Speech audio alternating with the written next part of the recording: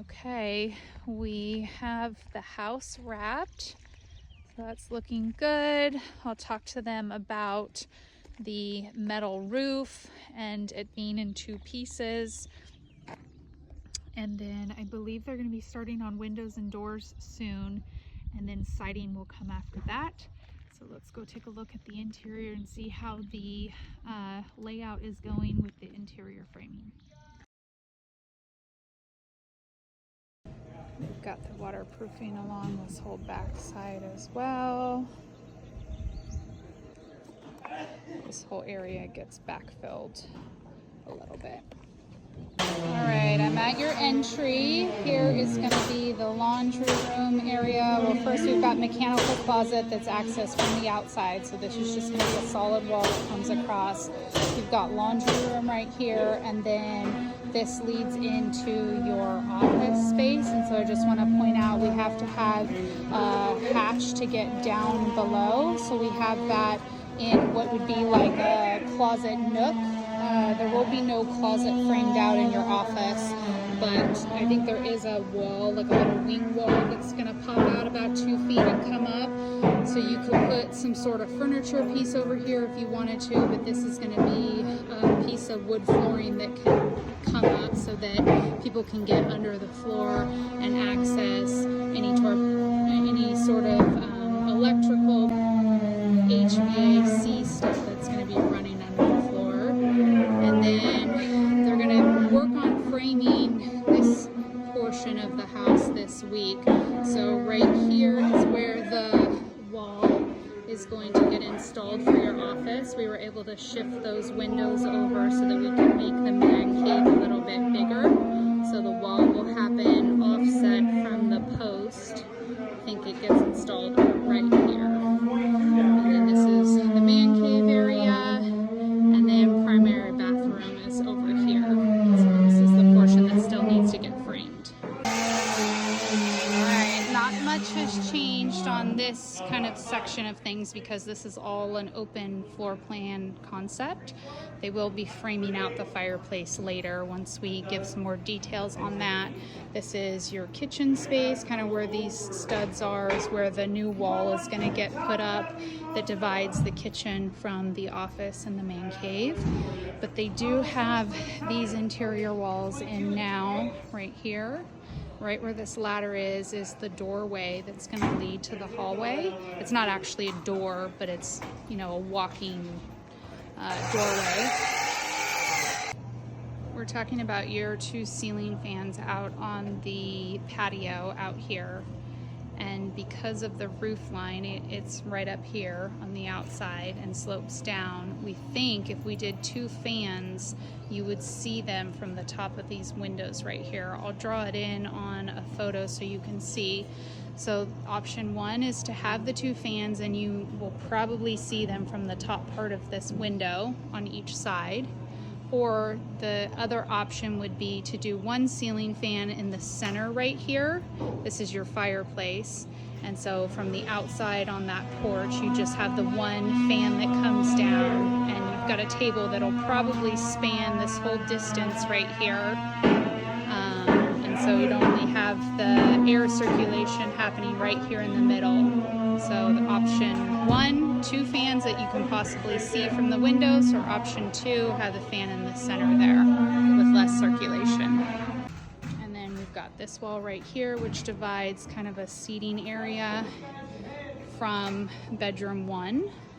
Let me take you through. All right, so here's bedroom 1. Here's your closet space right here.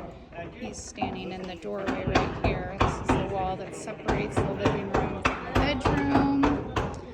And then through these studs is the hallway bathroom. I'll show you that next. All right, here is your hallway. It's a little hard to tell because you've got all these ladders in here. But basically, you walk through where this ladder is. This is the doorway going into the bathroom. Once we come into the bathroom, this is your shower space here. And then toilet and vanity right here. And then this is a linen closet that you can access from the hallway. So coming back through to your hallway, it's an L-shaped hallway. Come around. This is going to be a wall where they've got this stud on the floor that will go all the way up and divide off your bathroom from the hallway. So this is about the width of the hallway here. You'll come through. This is the door going into the primary. We've got a little linen closet here. And then here is the primary.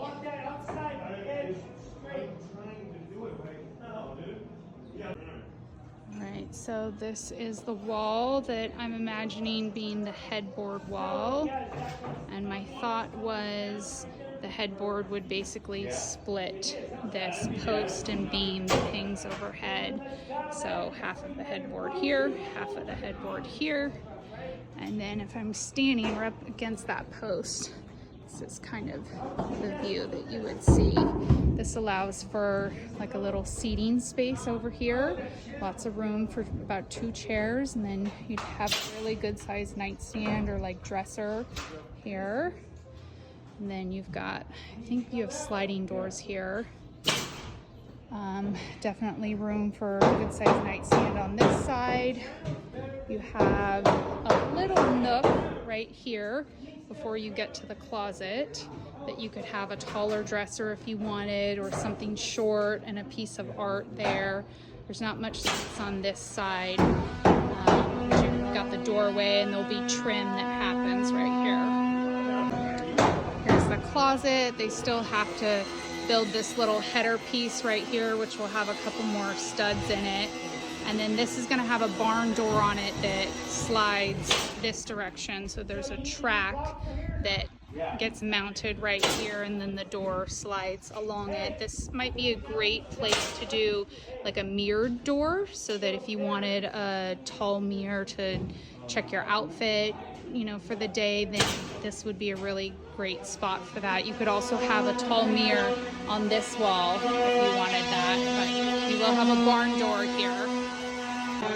All right, going through to the primary bathroom, here is what will be the doorway. They still have to frame it out a little bit, but this is the entrance to the bathroom. Right where this black pipe is, that is the plumbing for your sink. So there's a wall that comes across right here, and then this will be double vanity. Shower happens right here. Actually, it's right here where these 2 windows are.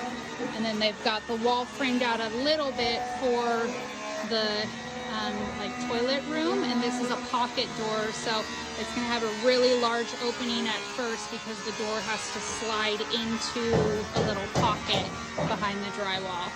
And so then you'll step in, toilet here.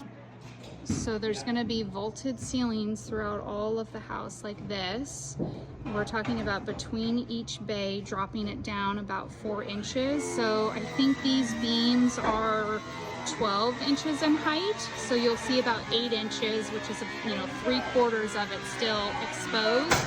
And they'll be doing like a little faux ceiling in each of these bays so that we can run all of the electrical and sprinkler and you won't see it.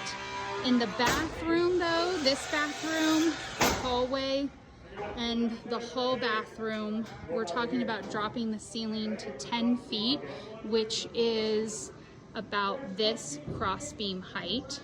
So still super tall, so that we can run some of the other ducting that we need that's going to be a lot bigger for the ventilation fans that have to happen in the bathroom. There's a special fan that we have to put for the whole house, and it's going to happen in this primary bathroom. So we need to be able to duct it, and with this one being in the center of the house, that's tricky. So dropping it to a 10-foot ceiling, you still have really tall ceilings in the hallway and the 2 bathrooms, but it gives them some working room to get some of that ventilation out.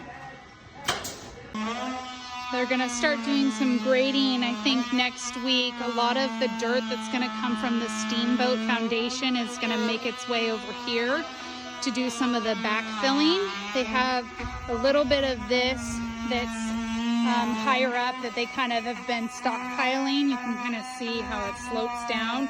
They'll probably cut this in half and take this top portion off and bring it back, and they'll bring it up against the foundation here and backfill. And so what I wanted to show you is this is the sliding, I believe you have a sliding door here that comes out of the primary bedroom, and then you have stairs that need to come down. So we're anticipating that they're gonna backfill, I believe, to the middle of this like form board line right here, which means that you'll have 4 or 5 stairs that come off of this landing area. And so we have 2 options as far as the stairs go.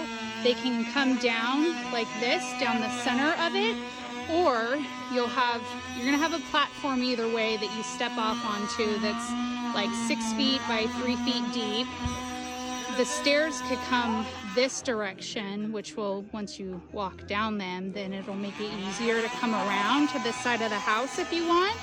Or the stairs could come down that direction and give you more kind of square footage out here of flat space if you want that. So we don't need to decide this right now, but this is one of the decisions that we need to figure out, is once this platform goes in, what direction do we want the stairs? Sending you towards the back of the house, coming down the center here, or sending you towards the front of the house. And then just to give you an idea of like flat space over here, I believe when you were here last, we talked about this area right here actually needs to come down and get sloped slightly different so that it works out for the septic. There's going to be septic lines that kind of run up this little section of land right here, heading up to like the rose arbor area. And then it comes down and is going to go into the bocce, and the steepness between these 2 levels is too much, the septic company said. So this whole area right here has to come down more and get graded differently. So as far as flat space goes, you'll probably have about maybe 10-12 feet from the edge of the house before it has to start sloping to get the septic to work out.